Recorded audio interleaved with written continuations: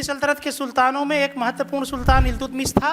इल्तुतमिश ने 1211 से लेकर के 1236 ईस्वी तक शासन किया था। इल्तुतमिश ने मरने से पहले अपना उत्तराधिकारी अपनी पुत्री रजिया को घोषित किया था, बट जो इल्तुतमिश के दरबार के तुर्की अमीर थे उन्होंने एक महिला को शासिका मानने से इनकार कर दिया और इल्तुतमिश के एक तथाकथित पुत्र रुकनुद्दीन फिरोज को दिल्ली की राजगद्दी में बैठा दिया।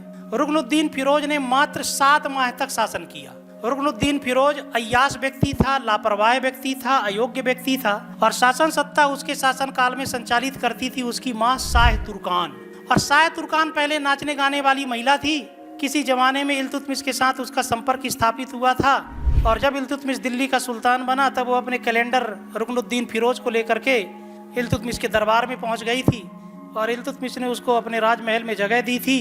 और इल्तुतमिश के मरने के बाद तुर्की अमीरों ने उसी के कैलेंडर रुकनुद्दीन फिरोज को दिल्ली का नया सुल्तान घोषित कर दिया था। शाह तुर्कान बड़ी क्रूर महिला थी, वास्तविक शासन सत्ता वही संचालित करती थी। उसने इल्तुतमिश के सबसे छोटे पुत्र कुतुबुद्दीन की हत्या भी करवा दी थी। इसी बात पर दिल्ली की जनता रुकनुद्दीन फिरोज और उसकी मां शाह तुर्कान से नाराज हो गई थी। इस स्थिति का लाभ उठाना चाहा इल्तुतमिश के वजीर निजामुल मुल्क जुनैदी ने और निजामुल मुल्क जुनैदी ने स्वयं दिल्ली की शासन सत्ता प्राप्त करने के लिए दिल्ली के आसपास के इक्तादारों को दिल्ली पर आक्रमण करने के लिए प्रेरित किया।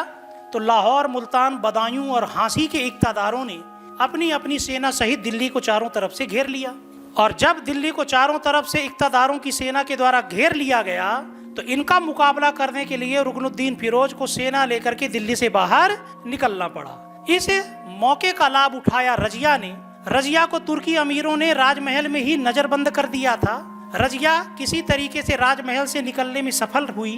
कहते हैं शुक्रवार का दिन था, रजिया ने लाल वस्त्र पहने हुए थे। लाल वस्त्र इस्लाम धर्म में न्याय का प्रतीक माना जाता है।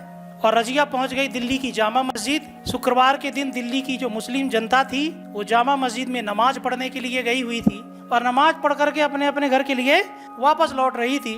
तो रजिया ने सीढ़ियों में जा करके दिल्ली की जनता को संबोधित करते हुए ये कहा कि मेरे पप्पा इल्तुतमिश ने अपना उत्तराधिकारी मुझे घोषित किया था, लेकिन तुर्की अमीरों ने मेरी जगह शाह तुर्कान के पुत्र रुकनुद्दीन फिरोज को सुल्तान बनवा दिया, जो कि एक अय्याश और अयोग्य व्यक्ति है।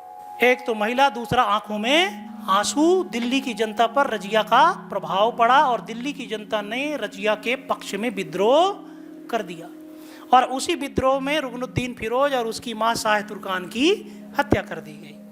पहली बार दिल्ली की जनता ने अपना शासक स्वयं चुना और दिल्ली की राजगद्दी में रजिया को बैठाया।